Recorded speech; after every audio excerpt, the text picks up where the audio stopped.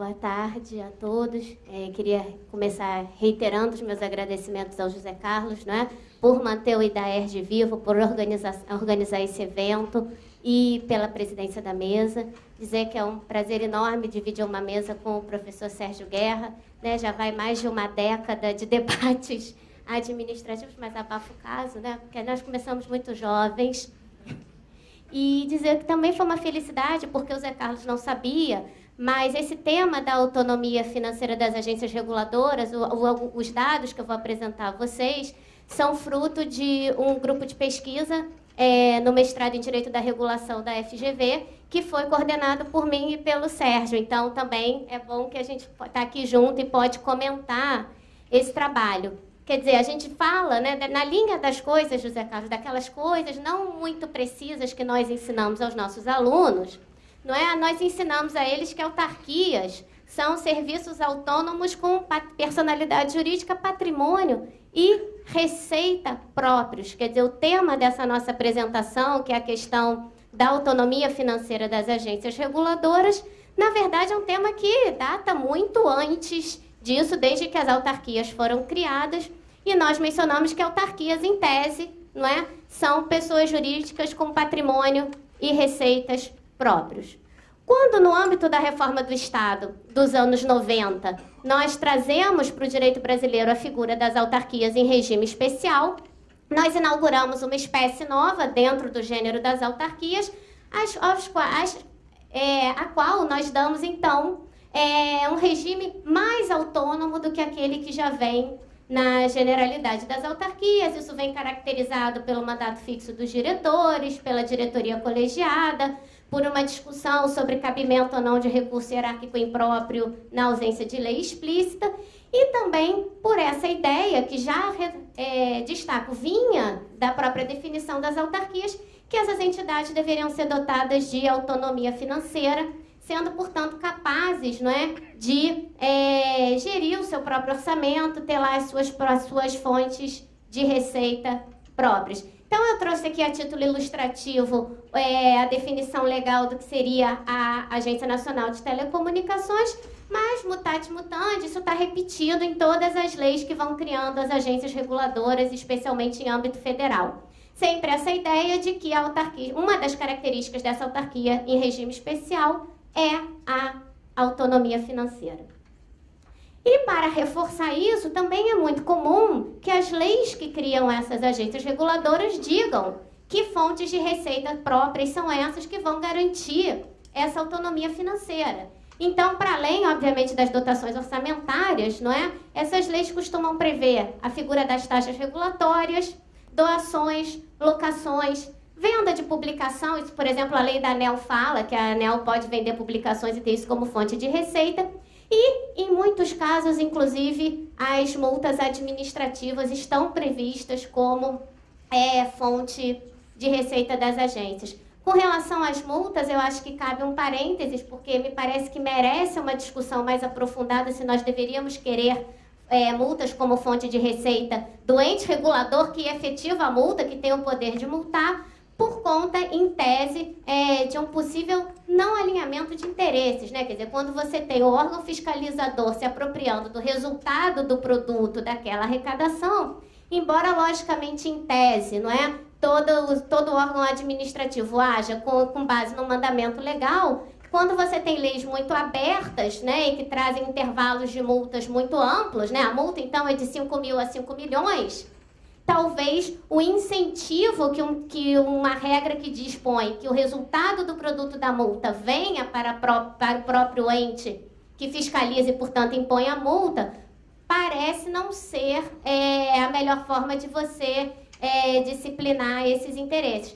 Há situações alternativas na legislação. Se nós pegarmos, por exemplo, a legislação de defesa da concorrência, ela atribui o resultado do produto das multas que são aplicadas pelo CAD ao Fundo de Defesa dos Direitos Difusos, que então é um fundo que tem uma gestão autônoma às decisões do CAD. Isso seriam, sim, práticas mais interessantes para garantir a efetiva imparcialidade desse órgão decisório. Mas o fato é que, à exceção da ANEEL e da ANAC, as multas costumam estar previstas, pelo menos nas agências reguladoras federais, como sendo fonte de receita dessas autarquias. Bom, então, o resultado a que isso nos leva é que muitas agências podiam ser autossuficientes financeiramente. Esses aqui são dados do Centro de Estudos em Regulação e Infraestrutura da FGV, mostrando o seguinte, essas linhas em azul são quanto a ANEEL e a Anatel arrecadaram no período de 1997 a 2016, comparativamente à linha verde mais clara, que são as previsões que havia nas leis orçamentárias anuais, nas LOAs, e em verde mais escuro, o limite que foi efetivamente autorizado a essas entidades gastarem anualmente. O que esses gráficos nos falam? Nos falam de duas das principais agências reguladoras federais que efetivamente arrecadam recursos em volume muito maior do que efetivamente dispõem em termos orçamentários. Então, seriam autônomas financeiramente e ainda haveria espaço, inclusive, para nós discutirmos se não haveria espaço em algumas delas para redução da taxa de fiscalização, na medida em que a taxa, em princípio, é um tributo, não é, que serve para você custear ou o poder de polícia ou o serviço público obrigatório. Mas acontece que a história não para por aí, porque se de um lado deveria haver autonomia financeira, essa autonomia cai por terra quando nós começamos a ver a legislação de direito orçamentário. Isso vem até de um pouco antes, né? Mas um dos pontos ápices desse processo de você minar a autonomia financeira das agências vem quando esse decreto 4950, que já tem mais de uma década, né, determina que todas as receitas realizadas por todos os órgãos, fundos, autarquias, fundações e entidades, em geral integrantes da administração pública, que essa arrecadação toda tem que ser feita via conta única do Tesouro Nacional e que esse produto de arrecadação será recolhido à conta do CIAF, né, do Sistema de Programação Financeira do Governo Federal.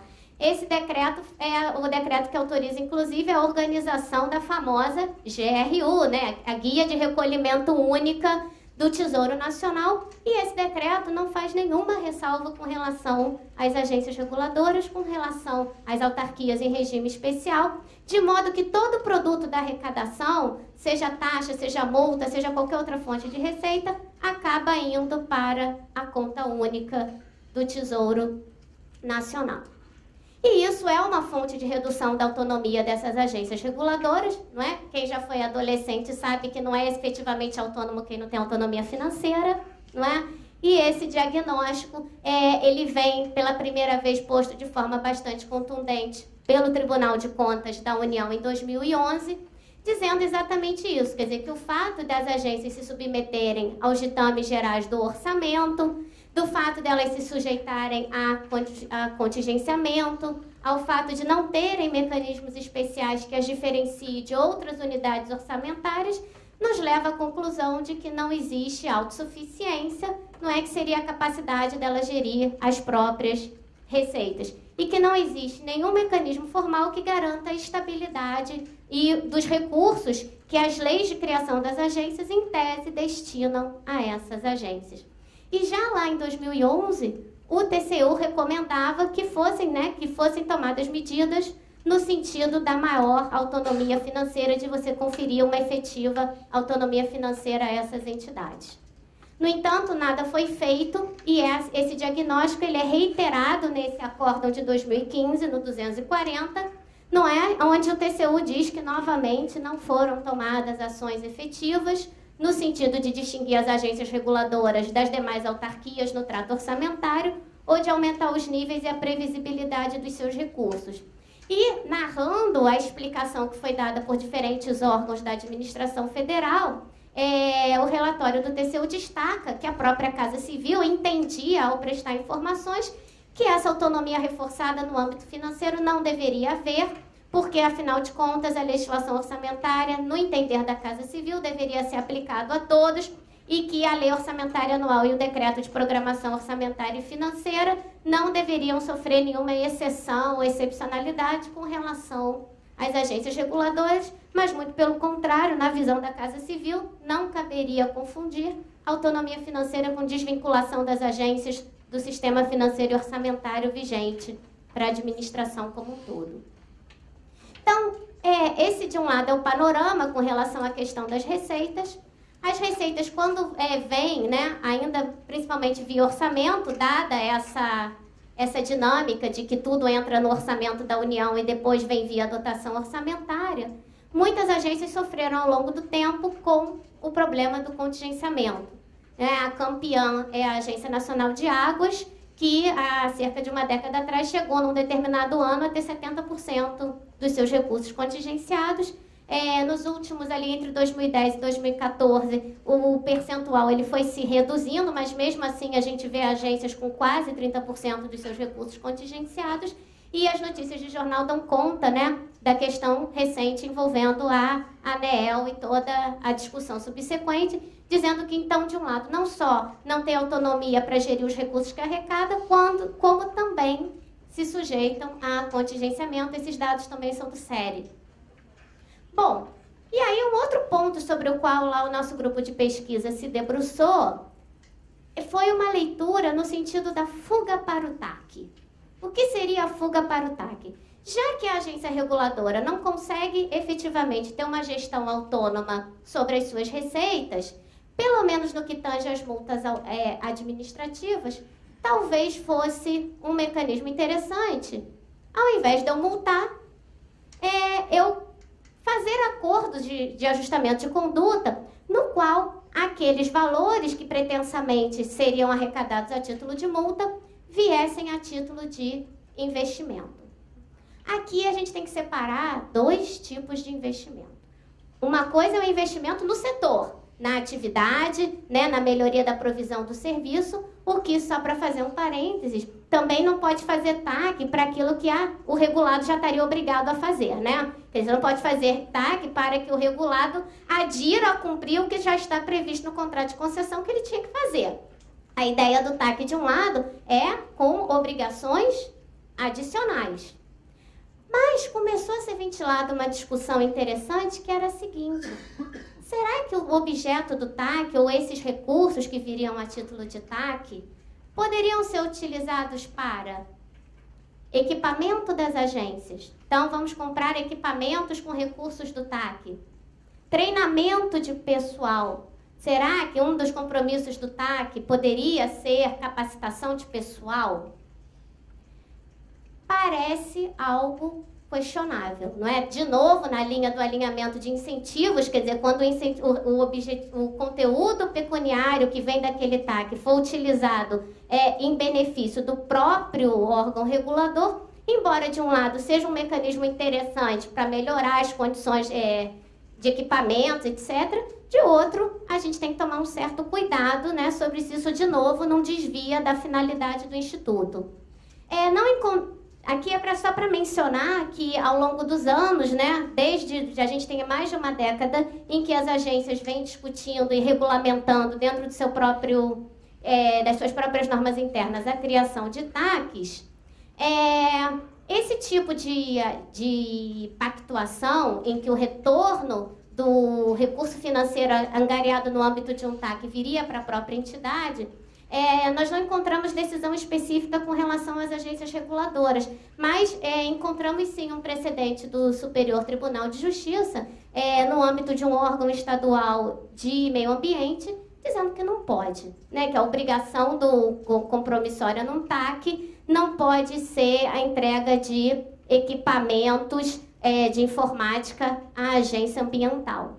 Me parece correto o entendimento do STJ, me parece que põe um freio na possibilidade de utilização de TAC com essas finalidades, mas também, de novo, é um precedente, né? Uma andorinha não faz verão, um precedente não faz jurisprudência, mas é um alinhamento interessante de um limite também de que tem que ter um cuidado com o que se transaciona, né, no âmbito de um termo de ajustamento de conduta.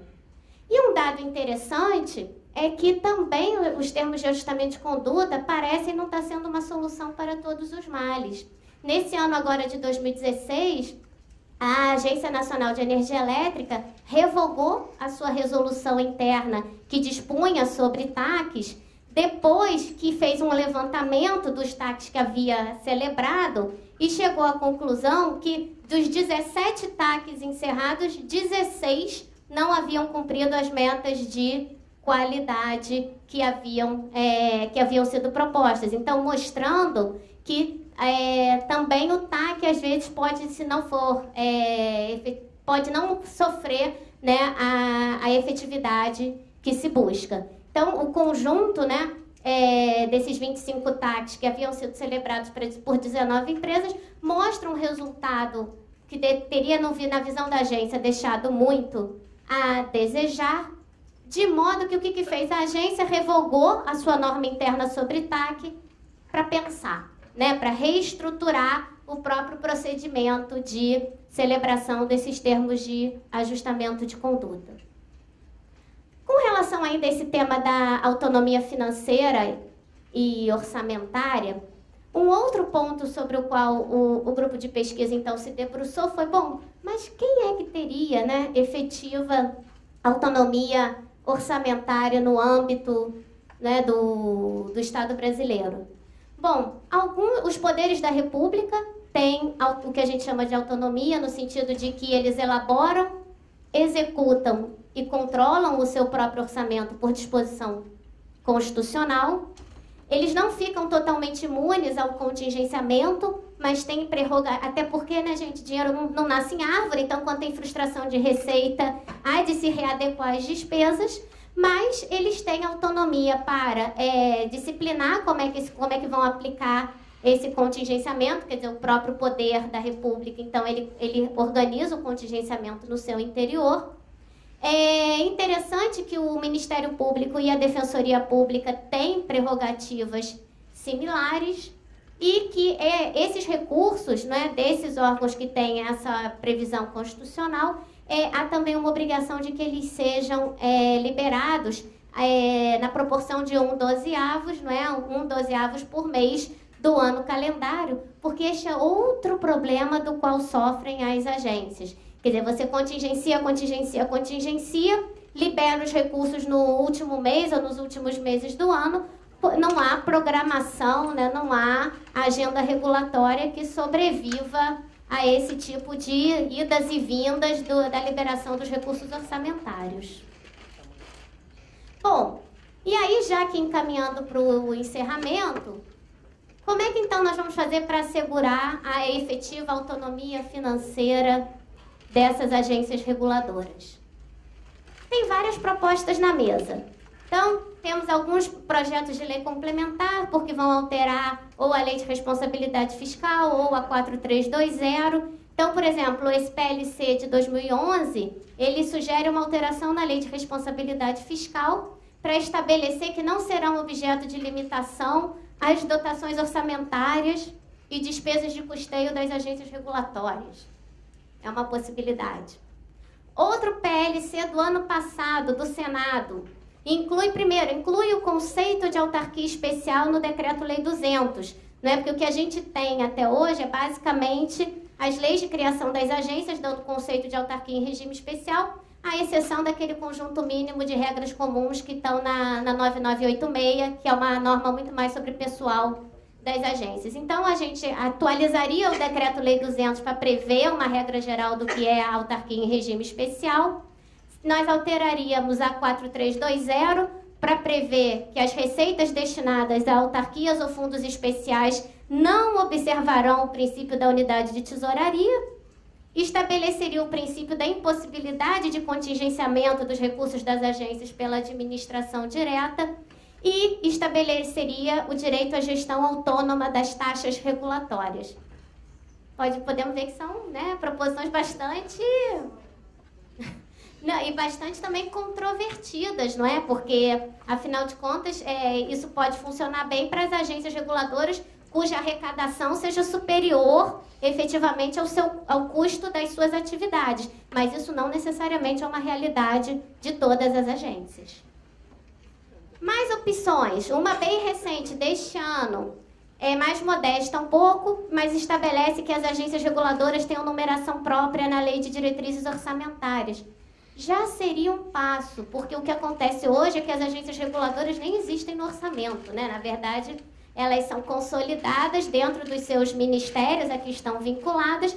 Do ponto de vista orçamentário, elas acabam sendo tão autônomas como qualquer outra autarquia ou entidade da administração indireta, ou seja, nem um pouco autônomas, né? E mais recentemente, a gente tem a SPL 52 de 2013. Eu digo mais recentemente porque ele já é um PL que quem trabalha na área das agências conhece, né? Um PL que traria aí a organização geral, todo mundo ainda esperando, né? Desde o PL 3337 de 2004 e tal, a tal Lei Geral das Agências.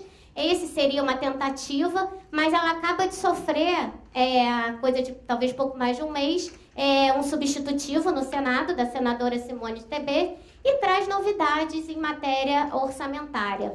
Ela prevê que as agências tenham rubrica orçamentária autônoma e relacionamento direto com desculpa, né, que agora é Ministério do Planejamento, Desenvolvimento e Gestão. Então, onde estava o O ali, leia-se D, quer dizer, o Ministério do Planejamento, que elas têm um relacionamento direto. Por quê? Porque hoje as agências acabam tendo que se relacionar tão ou mais com o Ministério do Planejamento do que elas se relacionam com a própria pasta, né, a qual estão vinculadas em termos de matéria por afinidade. Então, nesse relacionamento do direto com o planejamento, elas poderiam, inclusive, ter uma autonomia maior de gestão, e essa autonomia estaria prevista nessa lei para que a agência não precisasse pedir nem à Fazenda, nem ao planejamento recursos para provimento de cargos, desde que já tivesse a dotação orçamentária quando fosse aberto o concurso público, e diárias e passagens. Hoje nem isso a agência tem efetiva autonomia, não é? Eu ouvi outro dia de reguladores dizendo que para conseguir uma passagem internacional é uma via crucis. Então, esse PL, você vê que o problema é grave quando o projeto de lei vai à minúcia de usar palavras como diárias, passagens, provimento de cargo, quer dizer, você vê que isso é bastante significativo de que a autonomia hoje financeira dessas entidades está bastante reduzida. Assim, também celebrar contratos administrativos relativos às suas atividades de custeio, independentemente do valor. Hoje também não podem, tem que pedir autorização aos ministérios da área financeira. Um último ponto, que isso aqui é uma proposta para debate, que, salvo engano, não está em nenhum desses PLs, é trazer, numa alteração à Lei de Responsabilidade Fiscal, essa previsão de que, então, o orçamento das agências seja liberado nesse processo de 1/12, evitando, assim, que a agência fique na penúria, não é, por 6 meses, 10 meses, e tenha um recurso muito grande liberado nos últimos meses, quando efetivamente já não dá tempo de executar, quando o planejamento já não consegue ser cumprido. Bom, eram essas as considerações sobre a questão da autonomia financeira e reitero o agradecimento. Obrigada.